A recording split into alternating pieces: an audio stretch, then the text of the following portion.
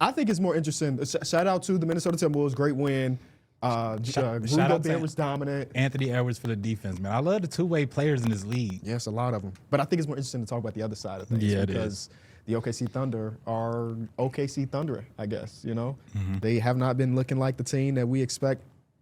And some of this you want to give grace because it seems like every game they're missing a ton of people. Obviously, J-Dub is out. Kaysa Wallace being out. A.J. Mitchell has been out. Isaiah Hartenstein just came back, so on Wallace and so played forth. last night. Yeah, Kaysa Wallace just came back. Yeah, he missed like the previous whatever. Yeah, they've been missing a lot. They've been missing a lot of people. But it is so obvious to me that when you see the report that Joe Dumars wants a Desmond Bane type of package for Trey Murphy III, that OKC is the team that could really get it done. Yeah. They have 23 tradable picks. I looked at them this morning. Not all of them are super valuable. It's not like they got a pick that's going to turn into the number one pick. But first round picks regardless. I think of the ones that they could give up, only a few of them turn into multiple seconds. Like they will eventually convey into first round picks. And you can get Trey Murphy III by giving that package and just salary fill it, because that's what the Desmond Bane trade was. They didn't get no real players. They got 4 first round picks and KCP and this and that.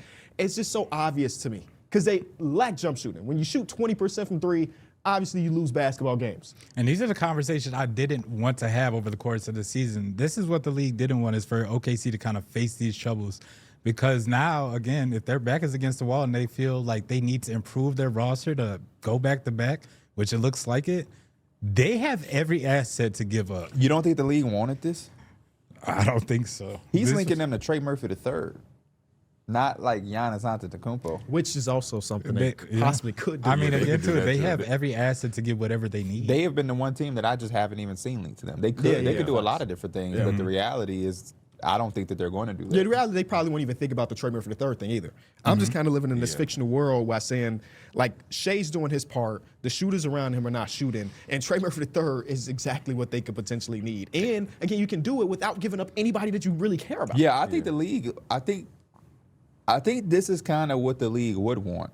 I think the league would be in worse position, and it might be scarier if they weren't in the need to do anything. Yeah. If they could just sit on the gold mine of assets and like run the NBA, to me that is a lot scarier than the rest of the NBA catching up and pushing them into a position where they do feel like they need to make a move.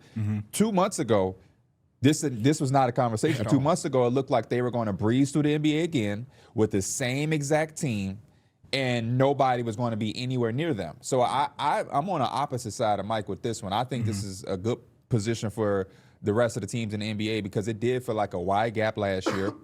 They started off this year, felt like a wide gap, and to the point where we had a conversation, I think, a week or so ago about the Giannis stuff and how stalled the deadline was. And it was like the Giannis watch, but then there were a bunch of teams that was like, why do we even make the move if we're not going to be able to beat OKC? Now all of that, has changed in like the last month and some change, and I kind of like it. Now, I think we all would agree they're still probably the favorite as of right now. Just the gap is getting closer and closer, but they still probably are the favorite overall. But it is good to see them go through some adversity, and I think they will benefit from it. And, yeah, it's a good conversation to have. Even if it isn't Trey Murphy, can it be any move? Because this is a team that I don't think we talked about making any moves this year. And it was always off-season. The Trey Murphy thing does muck up their salary books for like the next 2 years, which in my mind, it's worth it might be worth It's it. worth it if you That's win the something you can work championship, around eventually if you can, And also, I think Trey Murphy just provides something more than just shooting. Like, he can self-create. He's a lob threat. Like, he gets out in transition. Like, he's super athletic. There's a lot of things that Trey Murphy do other than shooting that I think this team actually needs. Like, you don't expect the Kaysa Wallaces or the Aaron Wiggins to really get downhill and put someone on a post and put some energy into the arena. Like, that's the type of stuff that Trey Murphy could bring to this team that I feel like they lacking. Yeah. I mean, going into this season, and they knew it when they won the championship, but they know they needed the shooting. Yeah. It felt like, and again, I'm not even going to say it feels like a trial period because, again, they might not do nothing going into this deadline.